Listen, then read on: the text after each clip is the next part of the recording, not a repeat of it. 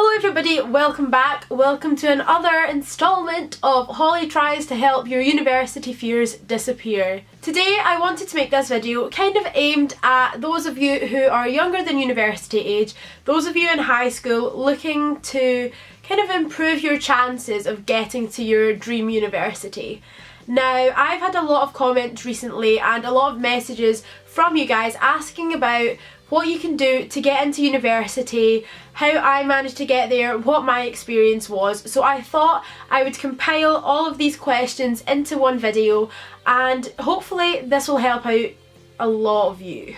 So I've got four little kind of categories here that hopefully will give you guys some advice, some information and help ease your nerves a little bit. So the first one here is try and focus on getting good grades. And I know this is probably a tip that a lot of you won't want to hear because in high school it's not really your number one priority. You're out with your friends a lot, you're just wanting to have fun and do that, but also keep a little bit in the back of your mind that grades will come in handy. Now, I can assure you that once you get into university, nobody gives a monkey's monkey about what you got in high school. It's just one of those things you have to get your head down, focus for a few months in order to get into your university of choice, and then you're done. And attached to this little tip, I also want to remind you guys that prelims matter too. Prelims if you're in Scotland, mocks if you're in England or probably anywhere else in the world. While I was in school, I heard a lot of chat about people not revising for prelims because they don't matter, or they couldn't be bothered, or I wanted to have a fun Christmas, or anything along those lines. But let me tell you that prelims do matter. Not only do they give you a backup if you can't make your exams or if your exams go horribly wrong, they also just give you some extra practice at that exam scenario. So please guys, focus on your prelims. Although they don't get submitted to universities or anything, if you do well on your prelims and for some reason can't make your exams, they will save you a little bit, I promise. And my final little tip in this section is don't be put off if you don't get straight A's. Throughout school, I was never the worst in a class, but I was certainly not ever the best. I was always just kind of floating by with B's, the occasional A, and I was completely happy with that. I did not think that I was any better, but in my exams, I did pretty decent. I didn't get all A's, but I got pretty good marks. And although these marks wouldn't have got me into, say, like a medicine course, it got me to where I wanted to be. And also remember that grades aren't everything. Universities place a lot of importance on personal statements and also interviews if you have any of them, depending on what course you're going for. And on top of that, some put more importance on UCAS points than grades anyway. And if you don't get into where you want, remember that there is always clearing.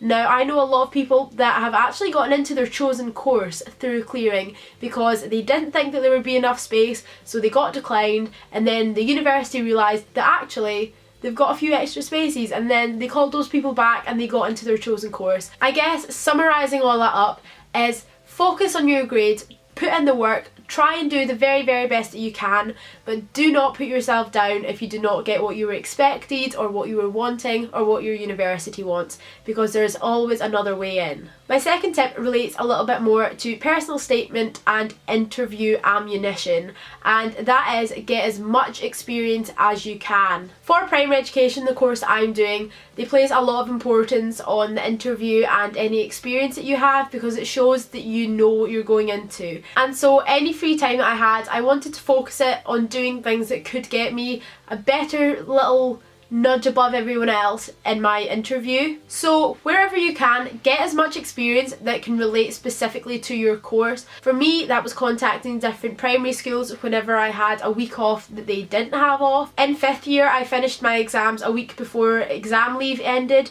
so I went in to a local primary school, did a week's work experience, and that was backup and proof that I actually wanted to do this course. I also spent a lot of my free periods in 6th year helping out in the junior school of my school, which again proved that I wanted to be there. So if you can, get some experience of what course you're applying to. I know for some this can be a lot more difficult if you're wanting to study things like engineering, but try your hardest because it will show. And secondly, if you can't get experience in the exact field that you want to go into, try and get some form of experience, whether this is a Saturday job, whether this is doing your own little kind of freelance bits if you want to go into something creative, anything that shows that you have a passion and that you're committed to what you want to do. Even something as simple as working in a cafe on a Saturday shows that you're committed and motivated and that you want to stick to things. Moving on to my third point, it is get thinking about personal statements. Whether you are just about to apply to UCAS or whether you're in like 3rd or 4th year of high school, personal statements matter, and it can be really difficult when it comes to sitting down and writing it to remember everything that you have done that could be useful in your personal statement. So my little tip here is just have a Word document or a notebook or something that you just note down any little thing that could be really vital in your personal statement that you may forget when it comes to writing it. Everybody's been in that situation when they sit down, go to write something, and then their brain just goes blank. So if you have those little notes somewhere, it's going to help you a lot. So whether that be noting down things like any extracurricular activities that you do, any awards that you've won, anything that you're excited about or enthusiastic about, note it down because it'll come in handy. And my fourth little tip here is research the courses and the universities that you're interested in. Again, whether you are at the applying stage or a little bit before that. When you're able to find courses and universities that you're interested in, you'll be able to see the grade requirements for getting into that course, and that will give you a goal to work towards. It will really enthuse you to actually get your head down. If you're sitting around exam time and you have no motivation to study, if you can see that your chosen course is looking for 2 A's and 2 B's, you'll know that you can work towards that and achieve your goal. And my second tip along these lines is know where you want to end up, even if it is trust my camera to die right on the last bit of information. Classic. So although my last little tip, know where you want to end up, sounds really similar to the last one, there is a difference, I promise. Basically, you want to know which course you want to end up on so you know that the grades that you need to get in. But knowing where you want to go will give you a different kind of motivation to get there. If you decide that you want to end up at Aberdeen University, or I don't know, at Exeter or at Strathclyde or anything like that. So if you know where you want to end up, you can visit those places, whether that be on open days or just on little family trips, and it really gives you a feel of the city and it will let you see if you think you could fit in there. And this could go one of two ways. It could either put you off entirely, which isn't a bad thing because it gives you the opportunity and the time to look for different courses somewhere else that will still work for you, or it could go excellently. You could fall in love with the city, and if that is the case, it will give you an extra surge of motivation to get you through exams and studying, and hopefully, fingers crossed, end up there in September. So those are my tips for getting into university and what little bits and pieces you can do now to hopefully help you get there in the future. If you think there's anything that I've forgotten to add, do leave it down below in the comments because I'm sure it will help some people out as they're scrolling through. And if you found any of these tips useful,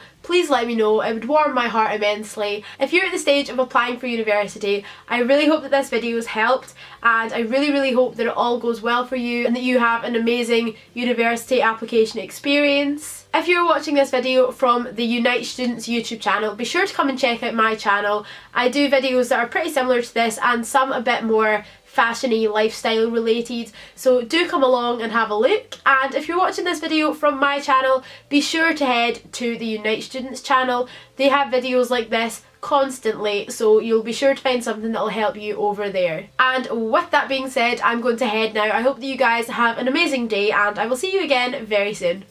Bye! Mwah!